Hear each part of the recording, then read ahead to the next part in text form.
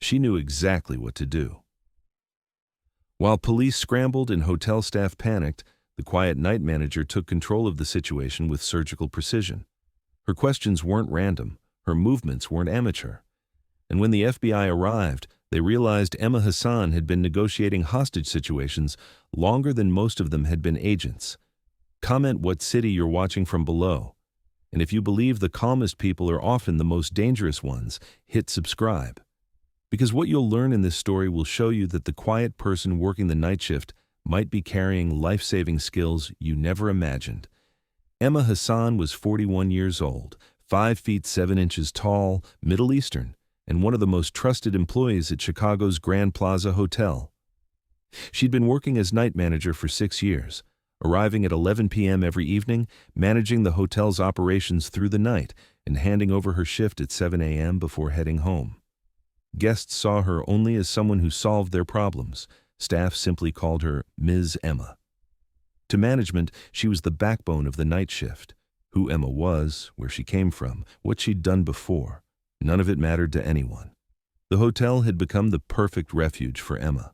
Night hours, minimal social interaction, predictable routines.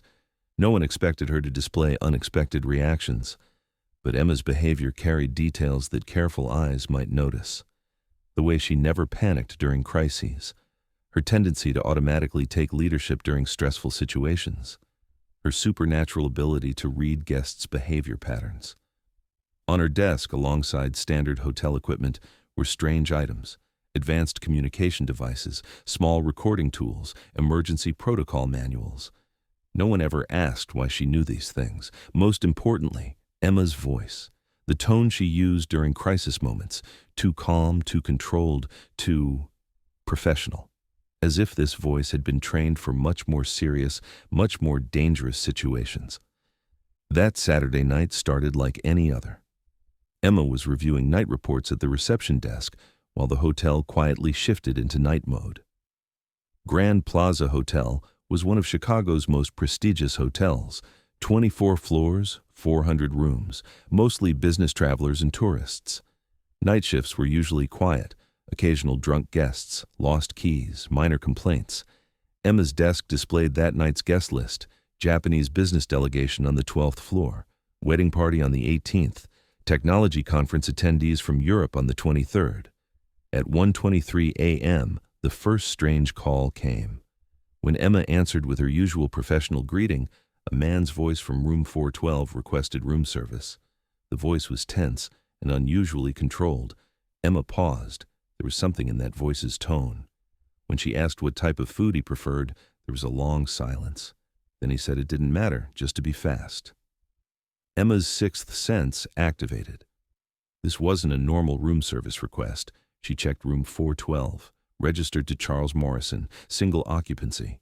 But he'd requested food for 3 people. Emma investigated room 412 in the hotel system.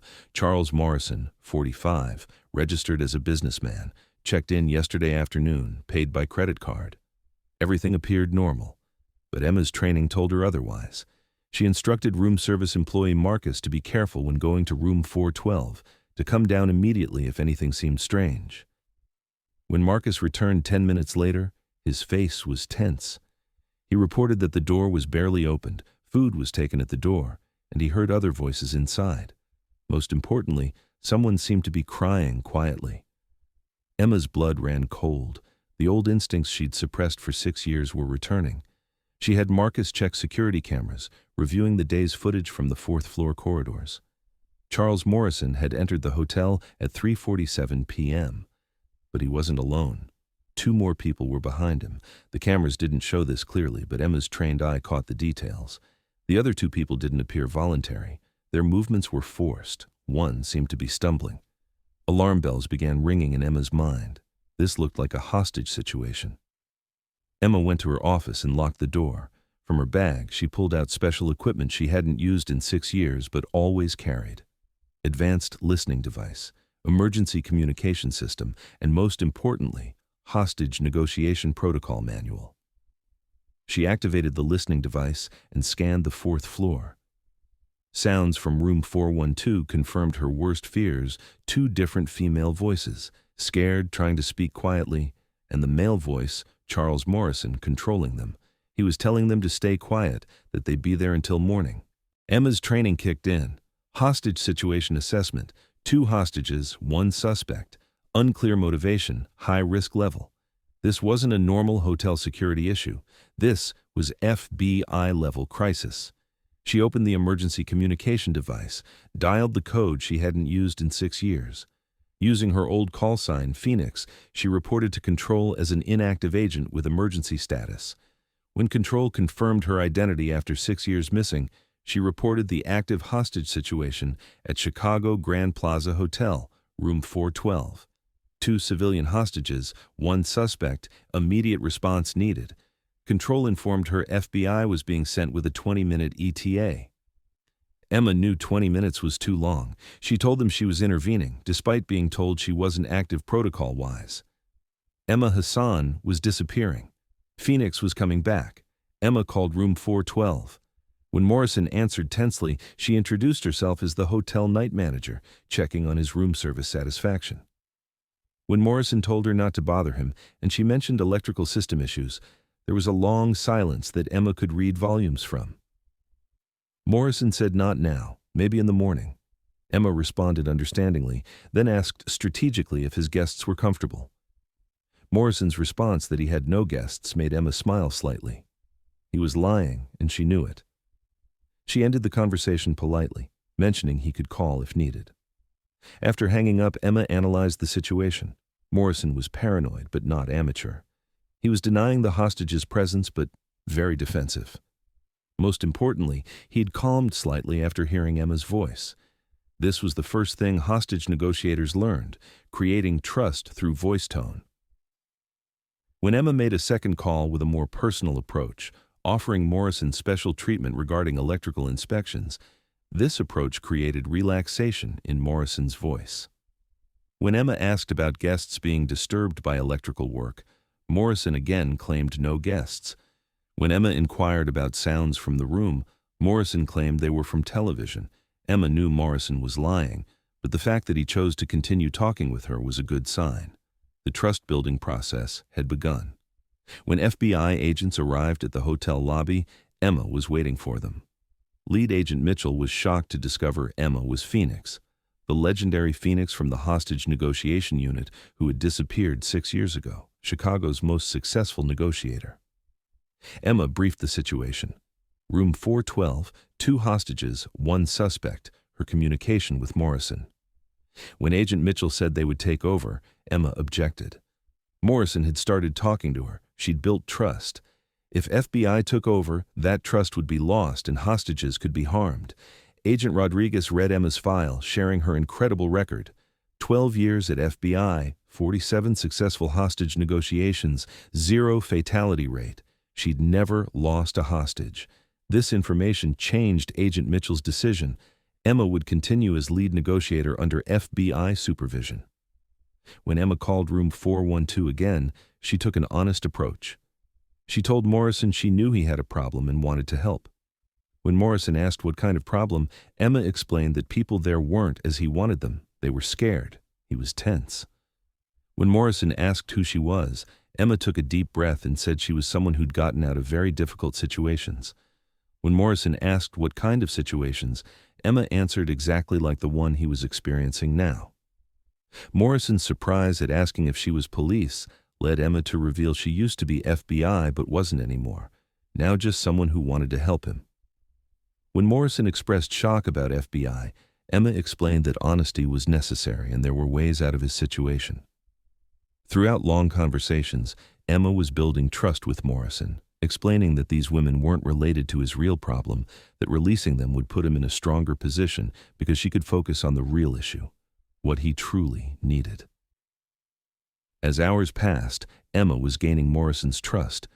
Her old FBI training was returning perfectly.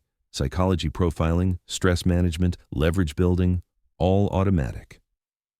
Finally, Morrison asked if he released the women, would Emma continue talking with him? Emma assured him they could talk until morning. At 4:47 a.m., the door to room 412 opened. The safe exit of the two tourists Morrison had kidnapped was the fruit of Emma's hours of patient negotiation. Morrison remained in the room alone, continuing to talk with Emma by phone.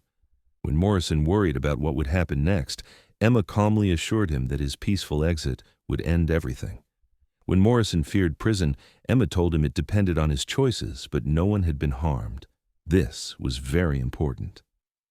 Morrison surrendered without weapons 2 hours later. No force was needed from the FBI. Agent Mitchell was impressed with Emma's perfect work. Emma's achievement through just talking, listening, and building trust raised the question of why she should return to the FBI. Emma looked at the Grand Plaza Hotel lobby. Calm, peaceful, a place where normal people stayed safely. She explained that she protected people here too, just differently. When Agent Mitchell pressed about her abilities, Emma said she'd use them that night and would when necessary, but didn't have to experience such drama every night. Agent Mitchell offered Emma a position to return to FBI as part-time consultant. Emma considered it, agreeing to Chicago region only and only when necessary. A week after the incident, Emma was still working as night manager at Grand Plaza Hotel, but everything was different. Hotel staff showed her more respect. Guests had heard her story. Local media showed interest. Emma didn't want any of it. She told hotel manager Mr. Thompson she just wanted to do her normal job. Thompson explained she wasn't just a night manager anymore. She was a hero.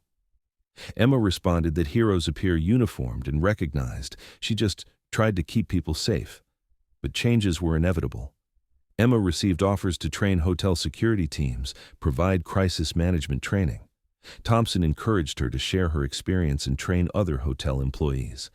Emma accepted, but only weekends, 2 days a week training, other days her normal job. FBI also began calling for difficult cases as consultant. Emma agreed to Chicago only, hostage situations only, and only when hostages' safety was at risk. Today, Emma Hassan still works as night manager at Chicago Grand Plaza Hotel, still works the same shifts with the same dedication, but she no longer hides her identity. A small photo hangs at the reception desk, Emma's FBI service photo. Below it, a plaque. Silent protectors are the strongest protectors. Every weekend, new trainees come to Emma's crisis management training program. Hotel staff, security guards, emergency teams, all learning hostage negotiation techniques developed at the FBI. The most important lesson, Emma tells them, isn't technical. It's empathy, understanding the person across from you and building trust with them. And at Grand Plaza Hotel, Emma continues working every night, no longer to hide, because sometimes the greatest service is showing exactly who you are and using that identity to protect others. That night in room 412 no longer haunts Emma, because that night reminded her of her true mission, building trust between people and saving lives. And Emma Hassan, former FBI negotiator, current hotel night manager, and peacemaker forever, is exactly where she needs to be.